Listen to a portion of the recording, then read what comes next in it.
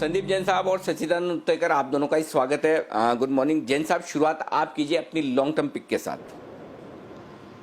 Long term pick है Anil ji, lux industries एक बेहतरीन कंपनी है और क्वालिटी कंपनी है। और सबसे बढ़िया बात है कि जो रूरल इंडिया में, जो भारत में जो ग्रोथ आई है और जो इस बार मॉनसून अच्छा है, उसका बहुत बड़ा इंपैक्ट इन कंपनियों पे पड़ेगा। और सबसे बढ़िया बात है, अगर मैं लक्स इंडिया की बात करूं, लक्स इंडस्ट्रीज की, तो वैल्यूएशंस के लिहाज से बहुत महंगा नहीं है as compare to its peers जो कि पेज इंडस्ट्रीज है।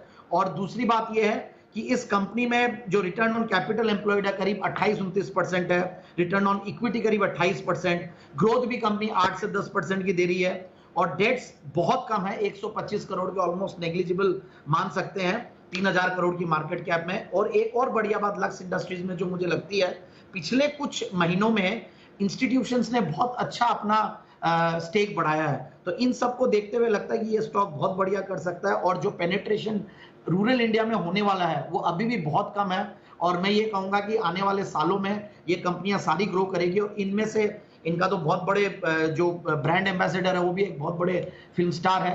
So overall I really like the company और मुझे ऐसा लगता है कि जो ग्रोथ है पिछले 3 साल की, अगर प्रॉफिट की ग्रोथ देखें तो करीब 25-26% की है और इक्विटी भी छोटी सी है और करीब 5 करोड़ की इक्विटी है। तो इन सबको देखते हुए लगता है कि ये स्टॉक आराम से आने वाले कुछ महीनों में 1430 तक के टारगेट के लिए लिया जा सकता है।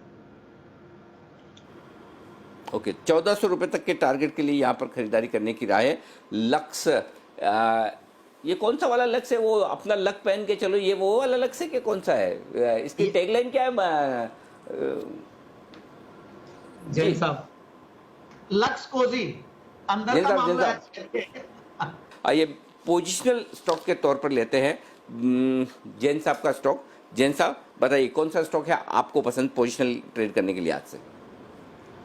ये स्टॉक है, वरिंदर जी ने शायद एक्सरे में इसका एक्सरे भी किया हुआ है और वो स्टॉक है जियोजीत फाइनेंशियल्स। देखिए अनिल जी, बेहतरीन क्वालिटी कंपनी है। सबसे बढ़िया बात है इनका जो मतलब प्रोमोटर्स का बेस, आप ये देख लीजिए, जियोजीत, बीएनपी पारिबा, राकेश झुंझुनवाला जी का स्टेक है इसमें, Kerala state industrial development KSIDC का स्टेक है। और सबसे बढ़िया बात है, चूंकि मैं इस इंडस्ट्री से हूं, हम लोग भी एक ब्रोकर्स हैं, मुझे पता कि किस तरीके से अप्रैल मई जून, अप्रैल में तो ट्रेडिंग हॉलीडेज कम थे बट फिर भी जबरदस्त मार्च के जितने लोगों के रेवेन्यूज थे।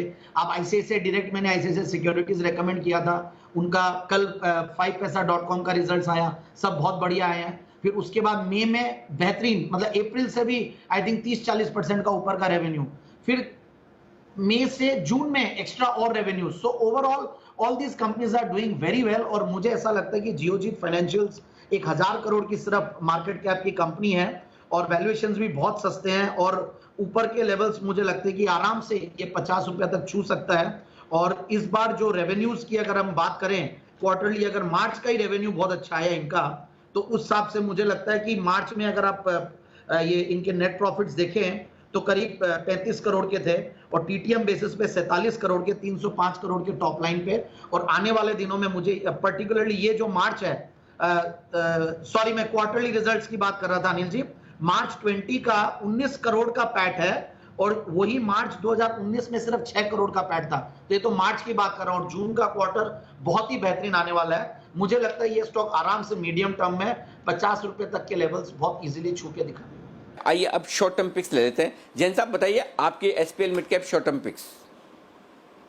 शॉर्ट टर्म पिक में अनिल जी पहले भी दिया हुआ है मैंने ये स्टॉक एक्सो नोबेल, और जब भी पेंट्स की बात होती है तो एक्सो नोबेल की बात मैं जरूर से करता हूं, क्योंकि देखिए वर्ल्ड नीदरलैंड्स बेस्ड एमएनसी है, उसकी इंडियन सब्सिडियरी है, वर्ल्ड की सबसे बड़ी पेंट्स कंपनी है एक्सो नोबेल।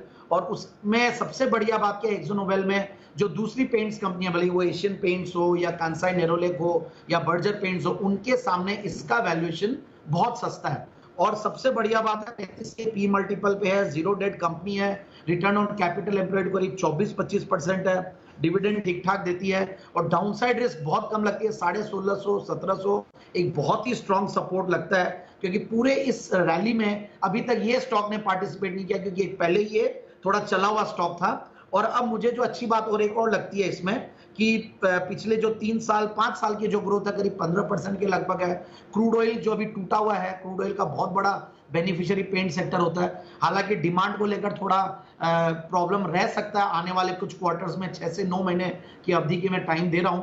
और मुझे ऐसा लगता है कि जो रूरल कंजम्पशन है, जो अच्छा मॉनसून है, उन सब का बेनिफिशियरी ये स्टॉक भी होगा। सो मेरे हिसाब से एक जो 60 साल पुरानी एक बेहतरीन पुरानी आईसीआई के नाम से इस कंपनी को जाना जाता था, उस कंपनी में बिल्कुल निवेश करना चाहिए। हो सकता है धीरे धीरे चलेगा, बट आने वाले कुछ महीनों में मुझे ऐसा लगता है कि ये बहुत आराम से अपना जो टारगेट है वो करीब 2020 लाख के लगभग का शॉर्ट टर्म में ये छू सकता है।